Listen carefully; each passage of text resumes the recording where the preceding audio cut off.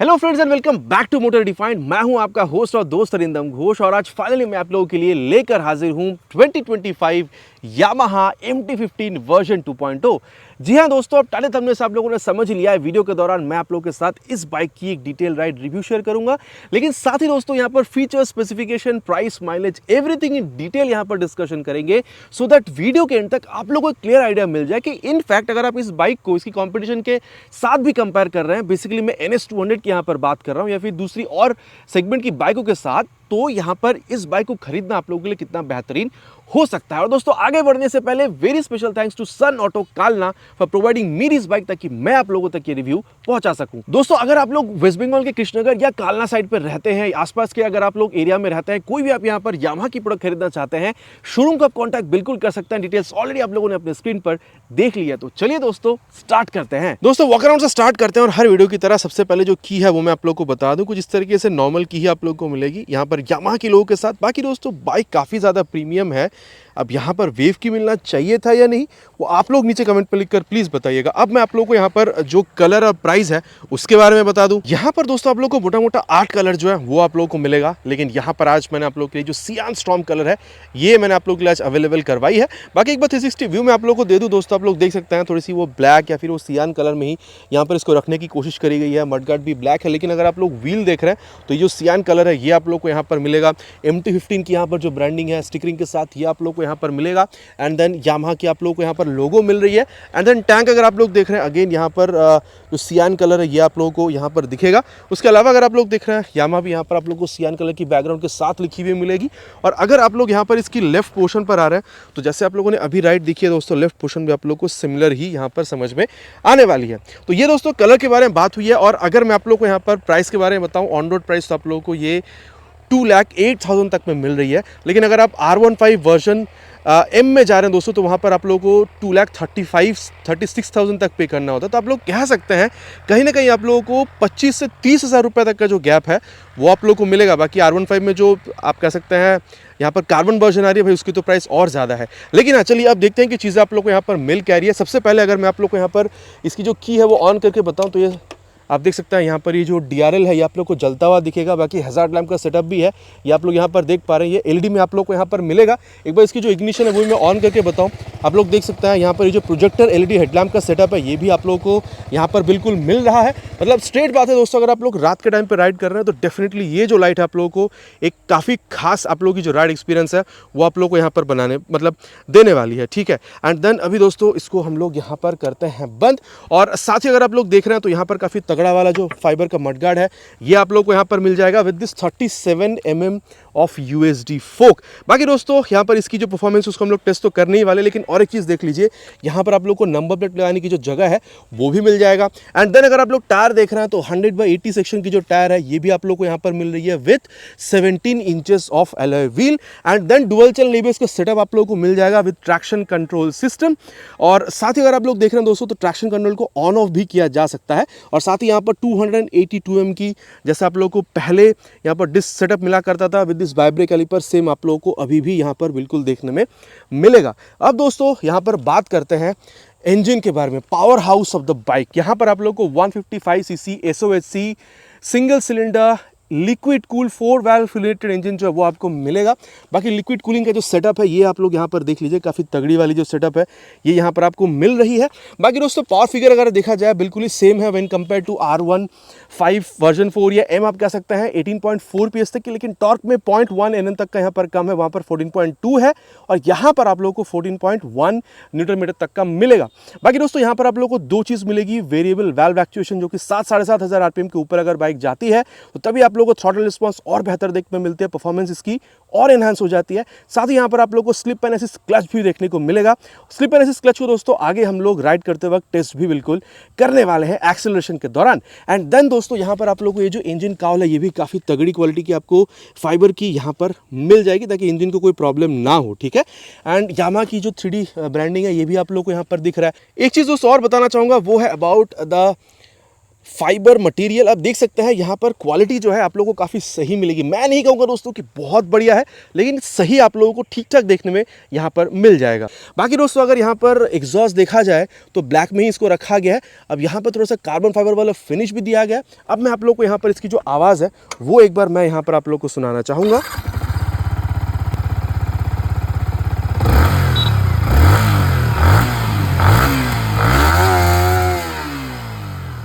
आवाज़ आप लोगों ने सुन लिया दोस्तों, आप लोगों को लगी कैसी, नीचे प्लीज़ कमेंट पर लिखकर बताइएगा। रियर में जैसे आ रहे हैं दोस्तों, पहले जैसे अभी भी हम लोग को सेम ये जो आप कह सकते हैं टेल लैंप है ये मिल रहा है। पकड़ के बैठने के लिए काफ़ी अच्छा यहाँ पर ये जो ग्रैब हैंडल है ये भी हमें बिल्कुल मिलेगा। एंड देन नंबर प्लेट लगाने की जगह रिफ्लेक्टर दोस्तों आप लोगों को यहाँ पर मिल जाएगा। बाकी यहाँ पर आप लोगों को कीचड़ से बचाने के लिए जो आप कह सकते हैं यहाँ पर जो टायर वगैरह है ये भी मिल रहा है। एंड देन अगर यहाँ पर ब्रेकिंग सेटअप देखी जाए तो 220 mm की ये जो डिस्क है ये मिलेगी विद दिस ABS। मैंने ऑलरेडी कहा है कि डुअल चैनल ABS का सेटअप आप लोगों को मिलेगा।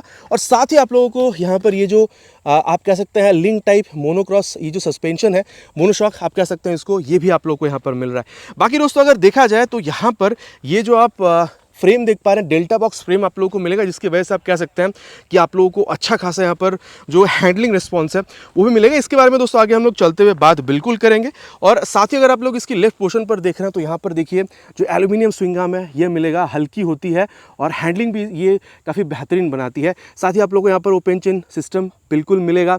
ठीक है, मेन स्टैंड नहीं है, साइड स्टैंड है। Side stand engine cut off sensor जो है वो भी आप लोग को यहाँ पर मिल जाएगा विद 6 स्पीड गियर बॉक्स। बाकी इसके एक्सेलरेशन टेस्ट तो करेंगे ही, 0 to 60 100 कितना अच्छा ये बनाती है। ठीक है, देन इसकी जो स्लीपर असिस्ट क्लच है वो कितनी बेहतरीन है, इसको दोस्तों आगे हम लोग टेस्ट यहाँ पर करने वाले हैं। और साथ ही अगर आप लोग देख रहे हैं तो यहाँ पर जो साड़ी गार्ड है ये तो आपको दिख ही रहा है। एंड देन अगर सीट हाइट के बारे में बात करी जाए 810 mm तक की है। अब देखिए अगर आप लोग एज अ राइडर यहाँ पर बैठ रहे हैं तो बहुत ज़्यादा कोई प्रॉब्लम वाली बात है नहीं, स्पेस काफ़ी सही है। लेकिन एज अ पिलियन अगर आप लोग बैठ रहे हैं और दोनों ही अगर हेल्दी हैं तो थोड़ा प्रॉब्लम हो सकता है। लेकिन दोनों में से कोई अगर थोड़ा सा हल्का पतला वाला इंसान बैठेगा पीछे तो प्रॉब्लम होना नहीं चाहिए मेरे हिसाब से। एंड देन बैट मतलब पकड़ने के लिए काफ़ी अच्छा खासा यहाँ पर ग्रैब हैंडल तो आपको मिल ही रहा है। एंड देन देखिए सीट हाइट जो 810 क्यू की है काफ़ी ज़्यादा है, R15 में 815 है। तो मैं कहूँगा दोस्तों अगर आपकी हाइट अराउंड 5'5" तक की है ना तो मेरे ख्याल से बाइक को मैनेज करने में प्रॉब्लम होगी नहीं। उसके नीचे अगर है दोस्तों तो टिप टॉप आप लोगों को यहाँ पर ज़्यादा करनी हो सकती है। एंड देन टैंक अगर आप लोग देख रहे हैं 1 लीटर कम है व्हेन कंपेयर टू R15। यहाँ पर आप लोगों को 10 लीटर तक का जो टैंक है ये आपको मिलेगा। लेकिन मेरे हिसाब से अगर मैं आपको बताऊँ E20 की स्टिकरिंग आप यहाँ पर देख पा रहे हैं जो कि स्ट्रेट दर्शाती है कि अगर आप इस बाइक को E20 फ्यूल से भी रन करा रहे हैं तो इंजन को कोई प्रॉब्लम यहाँ पर होगा नहीं। माइलेज अगर आप लोग देख रहे हैं दोस्तों, मैं आप लोगों को R15 वर्जन 3 की एक्सपीरियंस क्योंकि मेरे पास है उस हिसाब से मैं आप लोगों को बताऊंगा अराउंड 40-45 के बीच में आप लोग को यहाँ पर मिल जानी चाहिए।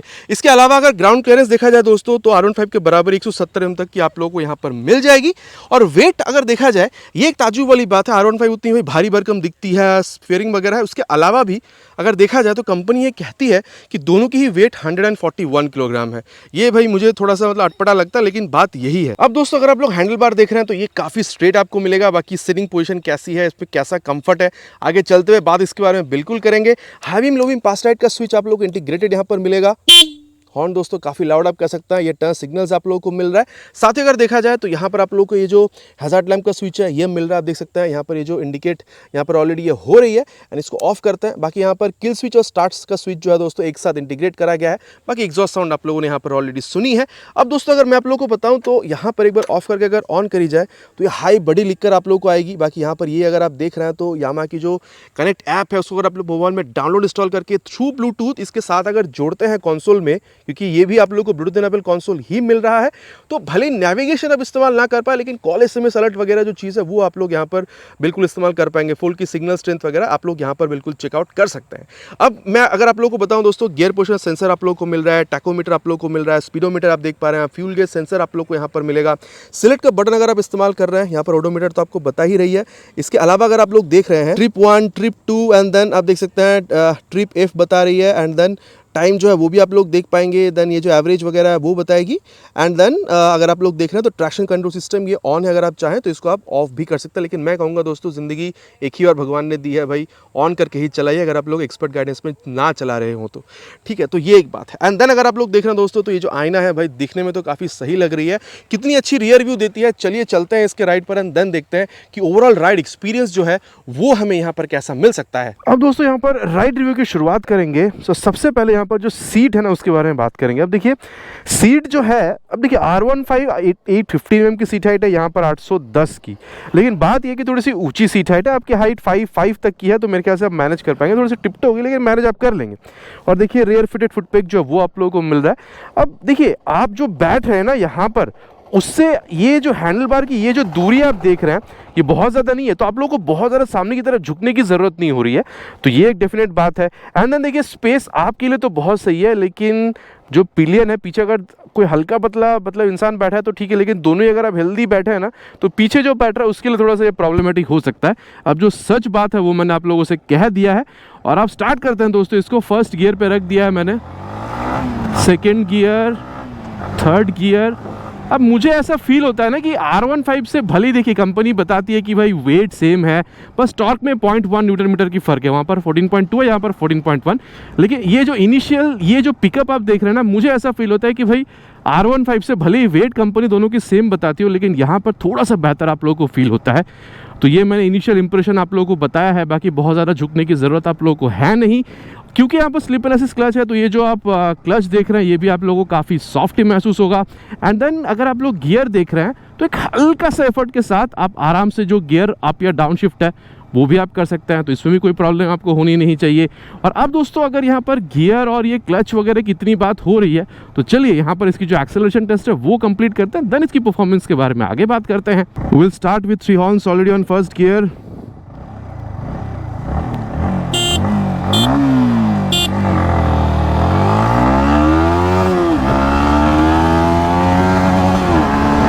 Crossed, time for 100 now.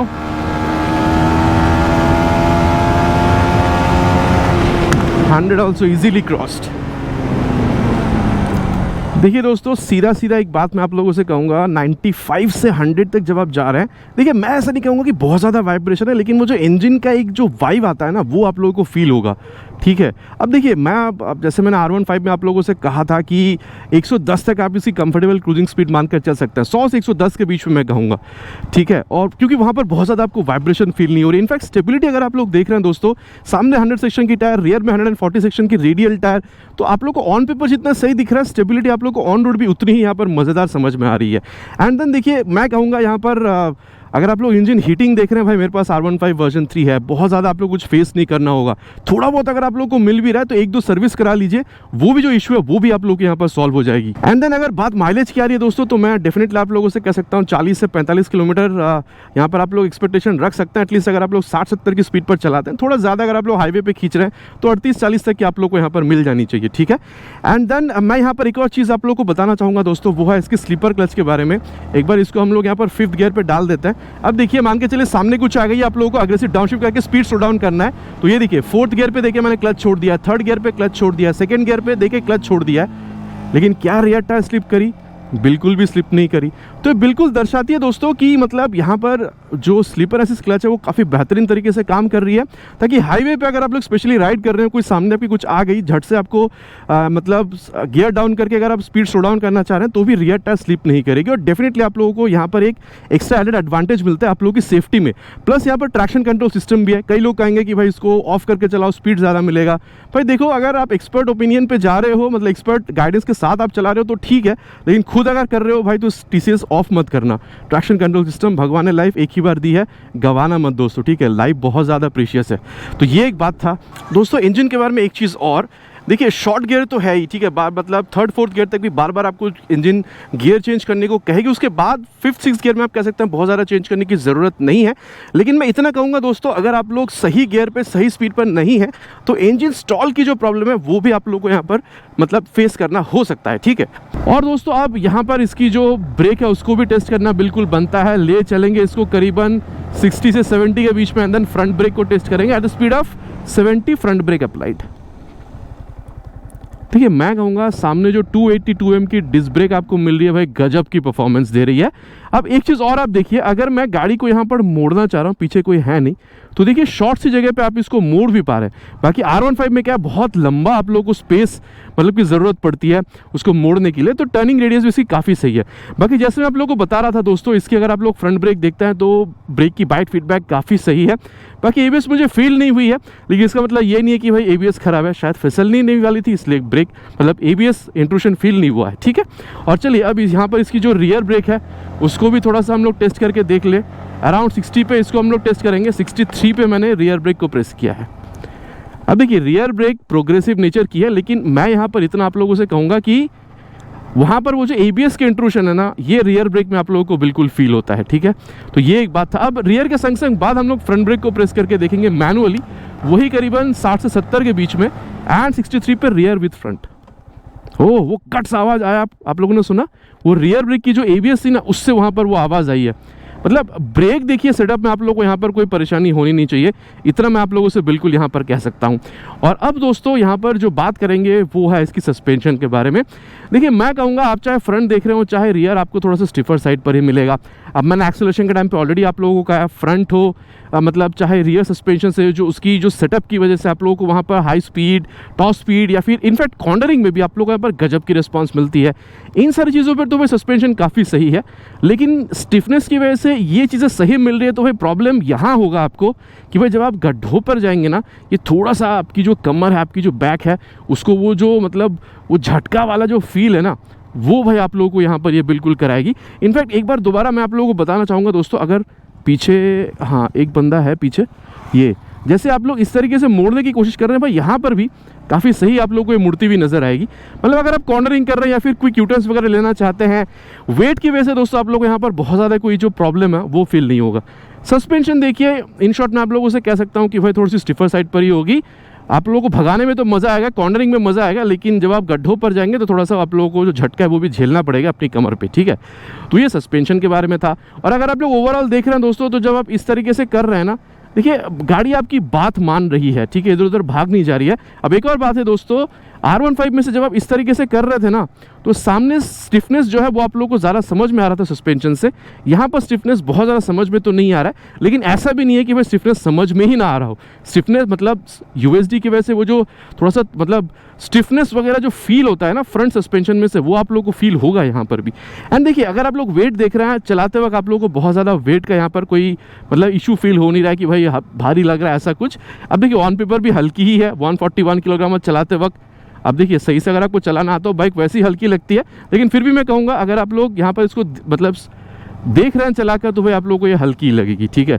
तो ये था भाई इसका वेट के बारे में। और देखिए अब यहाँ पर रियर व्यू मिरर भाई ठीक ठाक रियर व्यू बिल्कुल दे रही है, प्रॉब्लम नहीं है।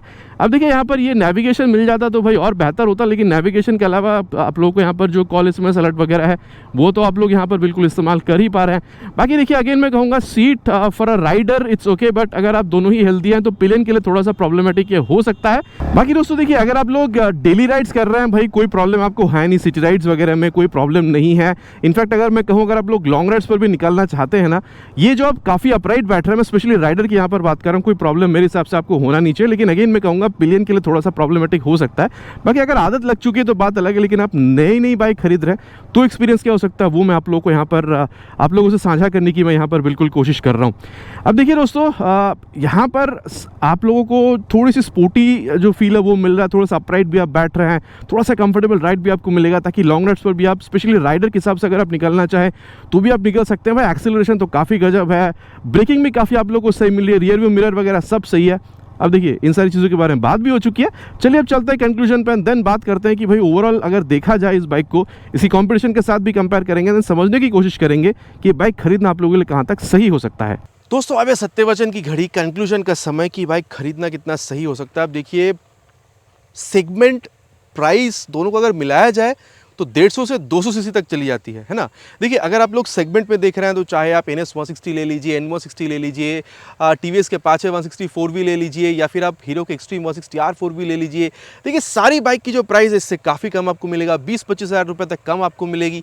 तो देखिए परफॉर्मेंस वहाँ पर भी 160 सीसी के हिसाब से काफ़ी सही है, लेकिन यहाँ पर अगर आप लोग देख रहे हैं प्राइस भी कंपनी ज़्यादा आपसे मांग रही है, तो भाई परफॉर्मेंस भी आप लोग को यहाँ पर बेहतर दे रही है। एटलीस्ट अगर आप लोग इनिशियल को ना देख रहे हो, अगर आप लोग टॉप एंड को देखेंगे तो भाई टॉप स्पीड के मामले में ये थोड़ी सी आपको बेहतर महसूस हो सकती है। अब देखिए, अगर आप लोग प्राइस के हिसाब से देख रहे हैं दोस्तों, ठीक है, तो सबसे तगड़ी कंप्यूटर आपको जो यहाँ पर समझ में आएगा 200 सीसी में नेकेड सेगमेंट के हिसाब से मैं अगर बात करूं तो वो आ जाती है बजाज की पल्सर NS200, क्योंकि वो आप लोगों को 1,90,000 से 2 लाख तक की जो प्राइस है उसमें आपको मिल जाएगी, और आप लोग यहाँ पर 2,05,000 से 10,000 के बीच में पे कर रहे हैं, तो 5-7 हज़ार आप लोग यहाँ पर ज़्यादा ही पे कर रहे हैं। अब देखिए दोस्तों, एक बात आप लोग क्रिस्टल क्लियर बना लीजिए कि अगर आप लोगों को ज़्यादा परफॉर्मेंस चाहिए, ठीक है, तो आप लोगों को पल्सर NS200 डेफिनेटली वो चीज़ प्रोवाइड करेगी। इनफैक्ट अगर आप लोग टॉप एंड भी देख रहे हैं तो भी आप लोगों को बेहतर वहाँ मिलेगा। फीचर वाइज भी वो बाइक अच्छी है दोस्तों, प्राइस भी वहाँ पर आप लोग कम ही पे कर रहे हैं। मैं तो कहूँगा दोस्तों, अगर आप लोगों को परफॉर्मेंस ही चाहिए, आप लोग पल्सर NS200 के साथ जा सकते हैं। वहाँ पर आप लोगों को पेरीमीटर फ्रेम भी मिलेगा, हैंडलिंग भी अच्छी है, USD आने के बाद सारी चीज़ें बेहतर आप लोगों को मिल रही है।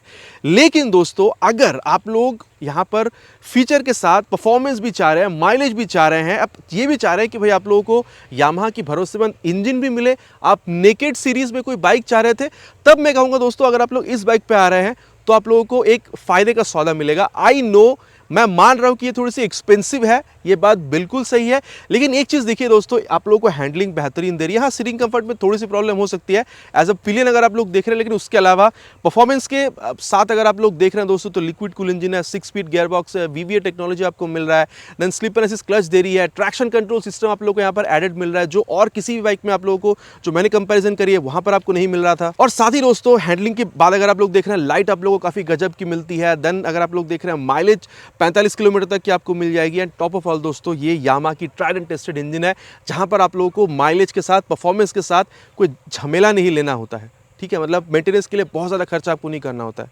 मतलब मैं सिर्फ यहाँ पर इंजन की बात कर रहा हूँ। तो इन सारी चीज़ों के लिए दोस्तों, अगर मैं आप लोगों से कहूँगा कि एक ओवरऑल बाइक आपको चाहिए जहाँ पर यामाहा की भरोसा आपको मिले, हैंडलिंग अच्छी हो, पावर अच्छी हो, परफॉर्मेंस अच्छी हो, मिला जुला के 2,05,000 से 10 के बीच में अगर आप लोग बजट बना रहे हैं, आई नो अगेन मैं कहूँगा इट्स एक्सपेंसिव, बट एक अच्छा प्रोडक्ट आप लोग यहाँ पर मार्केट से खरीदना चाहते हैं, अगर आप लोग नेगेटिव सेगमेंट में आ रहे हैं तो।